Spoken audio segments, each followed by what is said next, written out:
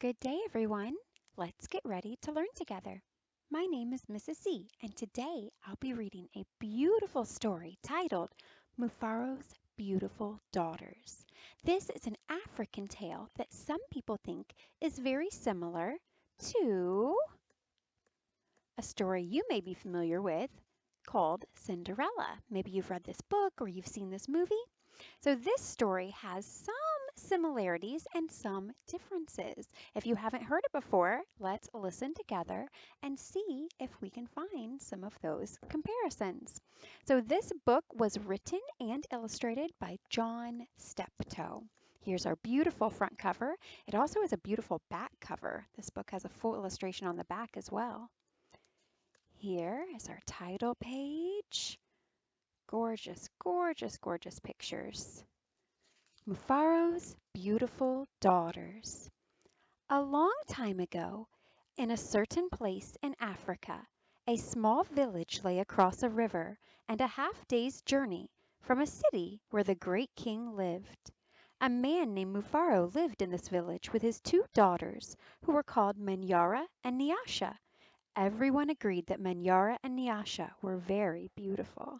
So you can see there are two sisters. Manyara was almost always in a bad temper. She teased her sister whenever their father's back was turned, and she had been heard to say, "Some day, Nyasha, I will be a queen, and you will be a servant in my household." "If that should come to pass," Nyasha responded, "I will be pleased to serve you. But why do you say such things? You are clever and strong and beautiful. Why are you so unhappy?" Look at their faces. This is Manyara and this is Nyasha.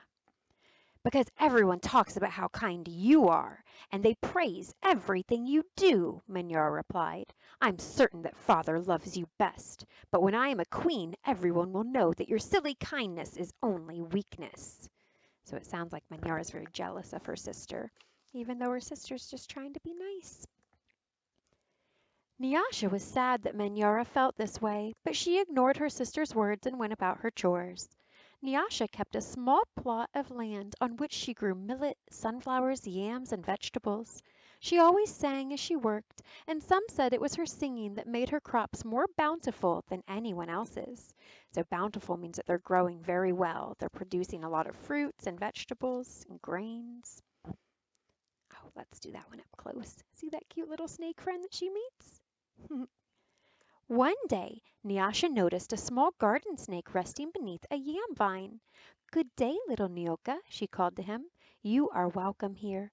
You will keep away any creatures who might spoil my vegetables." She bent forward, gave the little snake a loving pat on the head, and then returned to her work. From that day on, Nyoka was always at Nyasha's side when she tended her garden. It was said that she sang all the more sweetly when he was there. So, do you guys know in Cinderella? Who are some of Cinderella's best friends? Animals, right? So in this one, Nyasha has an animal friend as well. That's a similarity. Mufaro knew nothing of how Manyara treated Nyasha. Nyasha was too considerate of her father's feelings to complain, and Manyara was always careful to behave herself when Mufaro was around.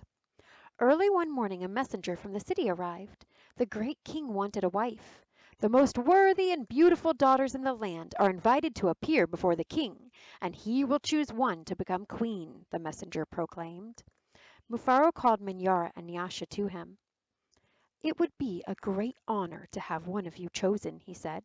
"Prepare yourselves to journey to the city. I will call together all of our friends to make a wedding party. We will leave tomorrow as the sun rises." "But my father," Manyara said sweetly, "it would be painful for either of us to leave you, even to be the wife to the king. I know Nyasha would grieve to death if she were parted from you. I am strong. Send me to the city and let poor Nyasha be happy here with you." Mufaro beamed with pride. "The king has asked for the most worthy and the most beautiful. No, Manyara, I cannot send you alone. Only a king can choose between two such worthy daughters. Both of you must go." Do you think Manyara really meant that? Or do you think she was trying to play a trick so she could be queen? That night, when everyone was asleep, Manyara stole quietly out of the village. She had never been in the forest at night before and she was frightened, but her greed to be the first to appear before the king drove her on. In her hurry she almost stumbled over a small boy who suddenly appeared standing in the path. "Please," said the boy, "I'm hungry. Will you give me something to eat?" "I have brought only enough for myself," Manyara replied. "But please," said the boy, "I'm so very hungry." "Out of my way, boy! Tomorrow I will become your queen. How dare you stand in my path?" It's not very nice. She kind of reminds me of one of the stepsisters from Cinderella, right? Always selfish, always greedy. After traveling for what seemed to be a great distance, Manyara came to a small clearing. There, silhouetted against the moonlight, was an old woman seated on a large stone. The old woman spoke. "I will give you some advice, Manyara. Soon after you pass the place where two paths cross, you will see a grove of trees. They will laugh at you. You must not laugh in return. Later you will meet a man with his head under his arm. You must be polite to him." "How do you know my name? How dare you advise your future queen? Stand aside, you ugly old woman!" Manyara scolded, and then rushed on her way without looking back. Just as the old woman had foretold, Manyara came to a grove of trees, and they did indeed seem to be laughing at her. "I must be calm," Manyara thought. "I will not be frightened." She looked up at the trees and laughed out loud. "Ha ha! I laugh at you, trees!" she shouted, and she hurried on. It was not yet dawn when Manyara heard the sound of rushing water. "The river must be up ahead," she thought. "The great city is just on the other side." But there on the rise she saw a man with his head tucked under his arm. Manyara ran past him without speaking. "A queen acknowledges only those who please her," she said to herself. "I will be queen! I will be queen!" she chanted as she hurried on toward the city. Nyasha woke at the first light of dawn. As she put on her finest garments, she thought how her life might be changed forever beyond this day. "I'd much prefer to live here," she admitted to herself. "I'd hate to leave this village and never see my father or sing to little Nyoka again." Her thoughts were interrupted by loud shouts and a commotion from the wedding party assembled outside. Minyora was missing! Everyone bustled about, searching and calling for her. When they found her footprints on the path that led to the city, they decided to go on as planned. As the wedding party moved through the forest, brightly plumed birds darted about in the cool green shadows beneath the trees. Though anxious about her sister, Nyasha was soon filled with excitement about all there was to see. They were deep in the forest when she saw the small boy standing by the side of the path. "You must be hungry," she said, and handed him a yam she had brought for her lunch. The boy smiled and disappeared as quietly as he had come. Later, as they were approaching the place where the two paths crossed, the old woman appeared and silently pointed the way to the city. Nyasha thanked her and gave her a small pouch filled with sunflower seeds. The sun was high in the sky when the party came to the grove of towering trees. Their uppermost branches seemed to bow down to Nyasha as she passed beneath them. At last someone announced that they were near their destination. So Nyasha ran into all of the same things, or mostly, but she acted entirely different, right? She treated everyone very nicely. Nyasha ran ahead and topped the rise before the others could catch up with her. She stood transfixed at her first sight of the city. "Oh, my father!" she called. "A great spirit must stand guard here. Just look at what lies before us. I never in all my life dreamed there could be anything so beautiful." So look way down there, you can see the kingdom and all the forests surrounding it and the little path leading to it. Arm in arm, Nyasha and her father descended the hill, crossed the river, and approached the city gate. Just as they entered through the great doors, the air was rent by piercing cries, and Minyora ran wildly out of a chamber at the center of the enclosure. When she saw Nyasha, she fell upon her, sobbing.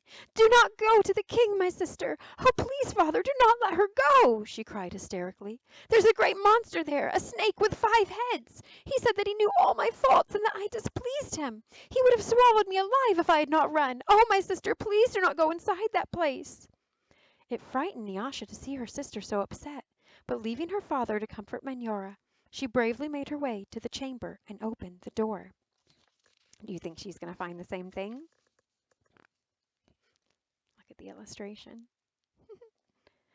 On the seat of the great chief's stool lay the little garden snake Nyasha. New. She laughed with relief and joy. "My little friend!" she exclaimed. "It's such a pleasure to see you. But why are you here?" "I am the king," Nyoka replied. And there, before Nyasha's eyes, the garden snake changed shape. "I am the king. I am also the hungry boy with whom you shared a yam in the forest, and the old woman to whom you made a gift of sunflower seeds. But you know me best as Nyoka, because I have been all of these. I know you to be the most worthy and most beautiful daughter in the land. It would make me very happy if you would be my wife." So he was looking for someone beautiful on the outside, but more importantly, beautiful on the inside with a good heart. And so it was that a long time ago Nyasha agreed to be married. The king's mother and sisters took Nyasha to their house, and the wedding preparations began. The best weavers in the land laid out their finest cloth for her wedding garments. Villagers from all around were invited to the celebration, and a great feast was held. Nyasha prepared the bread for the wedding feast from millet that she had brought from her village. Mufaro proclaimed to all who would hear him that he was the happiest father in all of the land, for he was blessed with two beautiful and worthy daughters, Nyasha the queen, and Menyara, a servant in the queen's household. So she still invited her sister to be one of her servants and live in the palace with her. And here's a beautiful picture of Nyasha and the king and some of the people from the village. I love the illustrations in this book. They are so, so, so pretty. And here's another one. Look at all those beautiful animals and birds. So nice. And there's that beautiful back cover again. All right, so I hope you enjoyed this story. I hope that you heard some similarities, some ways that these books were similar or the same, and some differences, some ways that they were not the same. There are a lot of things that are different too. All right, that was Mufaro's Beautiful Daughters. Thank you so much for listening. I'll see you next time. Goodbye.